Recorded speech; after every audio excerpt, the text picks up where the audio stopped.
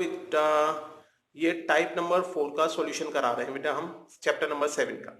देखिए chapter number 7 में मैंने टाइप नंबर 4 में आपको क्वेश्चन नंबर 4, 7 और 9 ये 3 क्वेश्चन दिए थे होमवर्क में। तो 4 क्वेश्चन देखिए, 4 वाला क्वेश्चन क्या कह रहा था, रेशियो निकालना था। इस तरह का क्वेश्चन मैंने एग्जाम उसमें कराया था आपका टाइप नंबर 4 में, फिर भी दोबारा से कर दिया है मैंने। इसमें क्या है, ए और बी के जो कोऑर्डिनेट्स हैं, निर्देशांक है वो दे रखे हैं, पी के कोऑर्डिनेट दे रखे हैं, निर्देशांक दे रखे हैं। हमें रेशियो निकालना था, तो हमने कहा था जिस क्वेश्चन में भी रेशियो निकालना है उसमें हमेशा के रेशियो 1 मान के चले।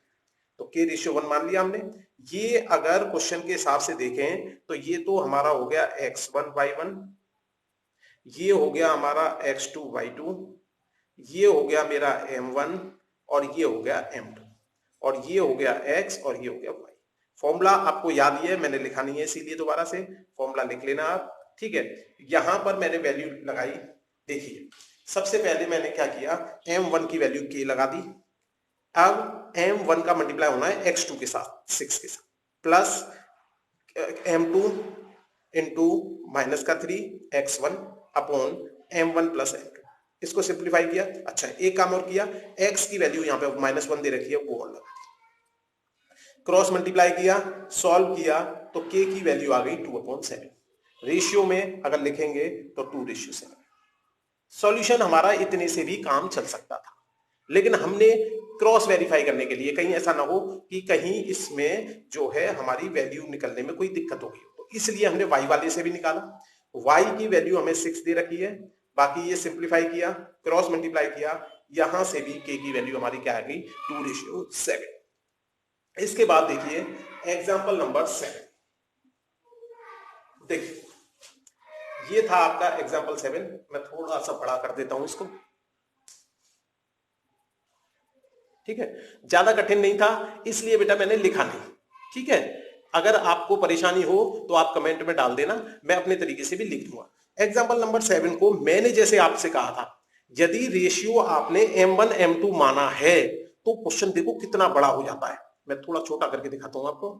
ये क्वेश्चन हमारा देखिए यहां से स्टार्ट हुआ और यहां पर भी खत्म नहीं हुआ, यहां पर जाके खत्म हुआ है।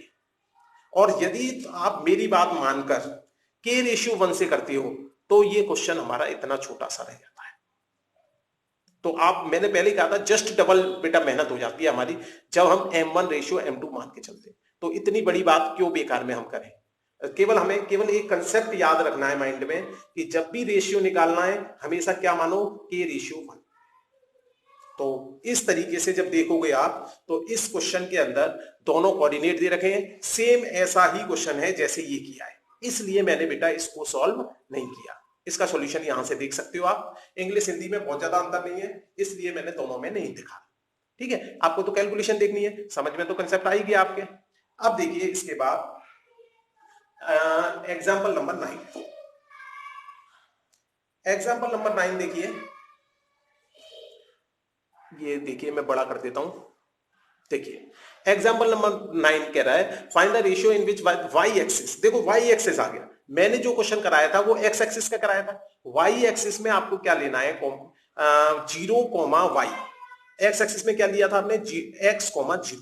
मैं पहले ही बता दिया था, जब भी कभी पूरे जीवन में मैथ में जहां पर भी वाई एक्सिस पे कोई पॉइंट लेना है तो हमेशा 0, y लो, और एक्स एक्सिस पे लेना है तो x, 0। ये याद रखना है।